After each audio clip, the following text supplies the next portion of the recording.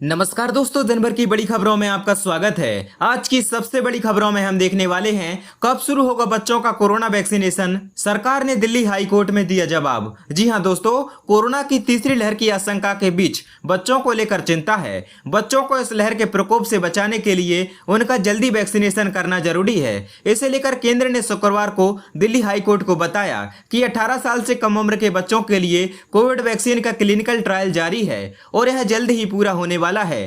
केंद्र ने कहा कि सरकार इसे लेकर जल्द ही नीति बनाएगी और विशेषज्ञों की अनुमति लेकर बच्चों का टीकाकरण किया जाएगा। इस पर मुख्य न्यायाधीश DN पटेल और न्यायमूर्ति ज्योति सिंह की पीठ ने कहा, पहले ट्रायल पूरा हो जाने दीजिए, नहीं तो बिना ट्रायल के टीका लगाने से बहुत मुश्किल हो सकती है। ट्रायल पूरे होने के बाद आप जल्द से जल्द बच्चों का टीकाकरण करें, इसके लिए पूरा देश इंतजार कर रहा है। और आज की दूसरी बड़ी खबर में हम देखेंगे कांग्रेस में बड़े बदलाव की तैयारी, कमलनाथ बनेंगे कार्यकारी अध्यक्ष, राहुल गांधी संभालेंगे संसद में पार्टी की कमान। जी हां दोस्तों, साल 2024 में होने वाले लोकसभा चुनाव से पहले कांग्रेस पार्टी में बड़े बदलाव की तैयारी चल रही है। कांग्रेस की अंतरिम अध्यक्ष सोनिया गांधी ने पार्टी के संसदीय रणनीतिक समूह की बैठक बुलाई है, जिसमें कई फैसले लिए जा सकते हैं। सूत्रों की माने तो मध्य प्रदेश के पूर्व मुख्यमंत्री और वरिष्ठ नेता कमलनाथ को बड़ी जिम्मेदारी दी जा सकती है और उन्हें कांग्रेस पार्टी का कार्यकारी अध्यक्ष बनाया जा सकता है। बता दें कि कमलनाथ गांधी परिवार के करीबी नेताओं में शुमार किए जाते हैं और कई मौकों पर संकट मोचक साबित हुए हैं। और दोस्तों, आपको बता दें, कांग्रेस के संसदीय समूह की बैठक में पार्टी की अंतरिम अध्यक्ष सोनिया गांधी को स्थायी अध्यक्ष बनाया जा सकता है। और आज की तीसरी बड़ी खबर में हम देखेंगे कोरोना की तीसरी लहर की आहट। हर दिन औसतन 9 लाख तक मामले सामने आ रहे इन 5 देशों के आंकड़ों ने तो डरा ही दिया। जी हां दोस्तों, विश्व स्वास्थ्य संगठन यानी WHO के प्रमुख टेड्रोस ने दुनिया में कोरोना की तीसरी लहर शुरू होने की घोषणा की। सबका ध्यान उन देशों की ओर जा रहा है जहां कोरोना के केस फिर से बढ़ने लगे हैं। डेल्टा वेरिएंट अब दुनिया के 111 से अधिक देशों में फैल चुका है और सबसे ज्यादा नए केस ब्राजील से आ रहे हैं, जबकि भारत के साथ साथ इंडोनेशिया, कोलंबिया, ब्रिटेन में भी केस बढ़ने लगे हैं। बढ़ते हुए केसों के ट्रेंड को देखते हुए यह साफ है कि पिछले 4 सप्ताह से दुनिया भर में कोरोना के मामले फिर बढ़ने लगे हैं। वहीं WHO की आपातकालीन समिति के विशेषज्ञों ने भी चेतावनी दी कि नए वेरिएंट से महामारी को रोकना मुश्किल होगा। दुनिया में जिस तेजी से नए केस बढ़ रहे हैं वो डराने वाले हैं। दूसरी लहर के खत्म होने के बाद दुनिया में जहां एक और औसतन 3 लाख मामले आ रहे थे, वो अब पिछले 1 महीने में बढ़कर 9 लाख प्रतिदिन हो गए हैं। वहीं करीब 10 सप्ताह तक मौतों की संख्या में गिरावट आने के बाद फिर से कोरोना से जान गंवाने वालों की संख्या बढ़ने लगी है। और आज की चौथी बड़ी खबर में हम देखेंगे कांग्रेस छोड़ने वालों को राहुल गांधी की 2 टूक, कहा डरने वाले जा सकते हैं, निडर का है स्वागत। जी हां दोस्तों, कांग्रेस नेता राहुल गांधी ने पार्टी छोड़कर जाने वाले नेताओं को कड़ा संदेश दिया है। राहुल गांधी ने साफ कहा है कि जिन्हें डर लग रहा है वे जा सकते हैं। बीजेपी डर दिखाकर ही अपने साथ करती है। जो निडर हैं वे कांग्रेस में नहीं हैं तो भी उनका पार्टी में स्वागत है। कांग्रेस नेता Rahul Gandhi social media volunteers की वर्चुअल मीटिंग को संबोधित कर रहे थे। इस दौरान कांग्रेस के पूर्व अध्यक्ष राहुल गांधी ने कहा, डरने वाले बीजेपी में जाएंगे। बीजेपी डर दिखाकर ही अपने साथ करती है। जिन्हें डर लग रहा है वे जा सकते हैं।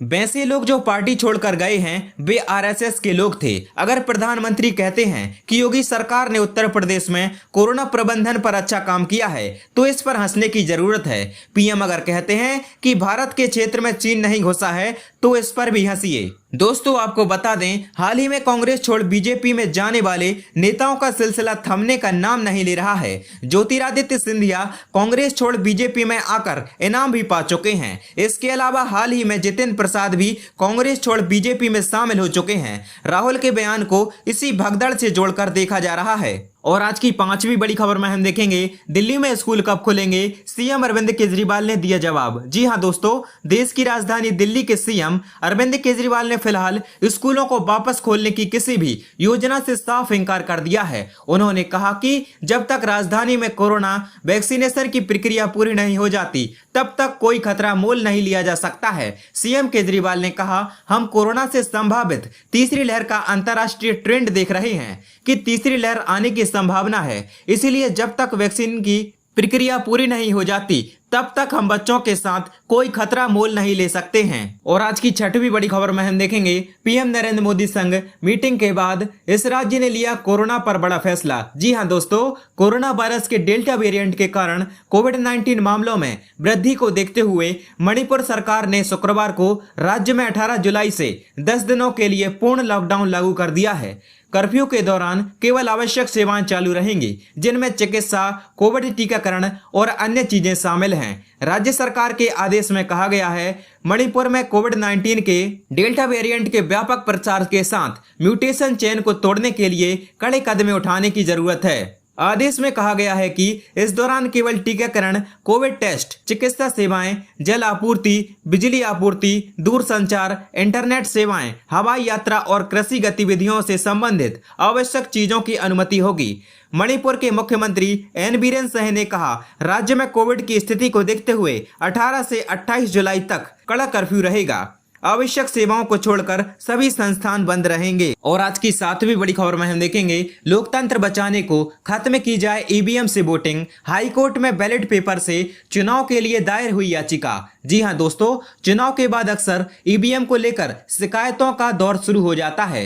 इसके बाद हारने वाली पार्टियां बैलेट पेपर से चुनाव कराने की दुहाई देने लगती हैं। अब दिल्ली हाईकोर्ट में दायर एक याचिका में लोकतंत्र को बचाने की दुहाई देते हुए आने वाले सभी चुनाव बैलेट पेपर से कराने की मांग की गई है। वकील सीआर जया सुकीन ने यह याचिका दायर की है। जया सुकीन का कहना है कि भारत में लोकतंत्र को बचाना है तो आने वाले सभी चुनाव में हमें ईवीएम हटाकर एक बार फिर से बैलेट पेपर से चुनाव कराने होंगे। उन्होंने आगे कहा कि दुनिया के कई देश मसलन इंग्लैंड, फ्रांस, जर्मनी, हॉलैंड और अमेरिका ने भी ईवीएम पर प्रतिबंध लगा दिया है। भारतीय संविधान की धारा 324 कहती है कि चुनाव आयोग द्वारा कराए जाने वाला चुनाव साफ सुथरा होना चाहिए, साथ ही इसमें वोटर्स की सहमति की झलक मिलनी चाहिए और पूरे भारत में ईवीएम को रिप्लेस कर दिया जाना चाहिए। उनके मुताबिक किसी भी देश में मतपत्रों से चुनाव ज्यादा भरोसेमंद और पारदर्शी प्रक्रिया है। वकीलों ने अपनी याचिका में यह भी कहा कि तमाम विकसित देशों अमेरिका, जापान, जर्मनी और अन्य ने चुनाव में ईवीएम का इस्तेमाल करना बंद कर दिया है। इसकी जगह पर वहां मतपत्रों से चुनाव कराए जा रहे हैं। इससे संकेत मिलता है कि ईवीएम चुनाव कराने के लिए संतोषजनक उपकरण नहीं है। इसे हैक किया जा सकता है, लेकिन बैलेट पेपर पूरी तरह से सुरक्षित हैं। और आज की 8वीं बड़ी खबर में हम देखेंगे, कोर्ट ने कहा, मां बाप के आर्थिक हालात का हवाला देकर बैंक नहीं रोक सकते होनहार स्टूडेंट का एजुकेशनल लोन। जी हां दोस्तों, केरल हाई कोर्ट ने अपने एक फैसले में कहा है कि बैंक इस आधार पर छात्रों को एजुकेशनल लोन देने से इनकार नहीं कर सकते हैं कि उनके माता पिता की आर्थिक स्थिति कमजोर है। हाई कोर्ट ने इस मामले में बैंक को निर्देश दिए कि वह होनहार छात्राओं को तत्काल लोन का भुगतान करे। इस दौरान कोर्ट ने कहा कि एजुकेशनल लोन का मकसद ही यही है कि मेहनती छात्र छात्राएं पैसे के अभाव में पढ़ाई से वंचित न रह जाएं। मामले में याचिकाकर्ता आयुर्वेद मेडिसिन और सर्जरी की छात्रा हैं। एजुकेशनल लोन का आवेदन अस्वीकार होने के बाद उसने कोर्ट का रुख किया था। चूंकि उसका परिवार पढ़ाई का खर्च उठा पाने में सक्षम नहीं था, इसलिए उसने 7.5 लाख रुपए के लोन के लिए बैंक में आवेदन किया था। एजुकेशनल लोन में इस रकम के लिए किसी तरह की सिक्योरिटी की जरूरत नहीं होती। इसके बावजूद बैंक ने यह कहते हुए लोन देने से मना कर दिया कि छात्रा के परिवार की आर्थिक स्थिति ठीक नहीं है, इसलिए लोन नहीं दिया जाता। गौरतलब है कि छात्रा के पिता का छोटा सा बिजनेस था, लेकिन कोरोना महामारी के दौरान वह भी बंद हो गया, इसलिए बैंक का कहना था कि वह लोन नहीं चुका पाएंगे। कोर्ट ने कहा कि इस तरह से तो एजुकेशनल लोन स्कीम का उद्देश्य ही पूरा नहीं हो सकेगा। कोर्ट ने कहा कि आरबीआई के दिशा निर्देशों के मुताबिक एजुकेशनल लोन का मकसद ही यही है कि पैसे की कमी के चलते किसी प्रतिभाशाली छात्र की पढ़ाई बाधित नहीं होनी चाहिए। कोर्ट ने कहा कि अगर बैंक इस तरह का रवैया अपनाएंगे तो एजुकेशनल लोन स्कीम का उद्देश्य पूरा नहीं हो पाएगा। इसके बाद कोर्ट ने कहा कि बैंक की शर्तें स्वीकार नहीं है और होनहार छात्रा को लोन का भुगतान किया जाना चाहिए।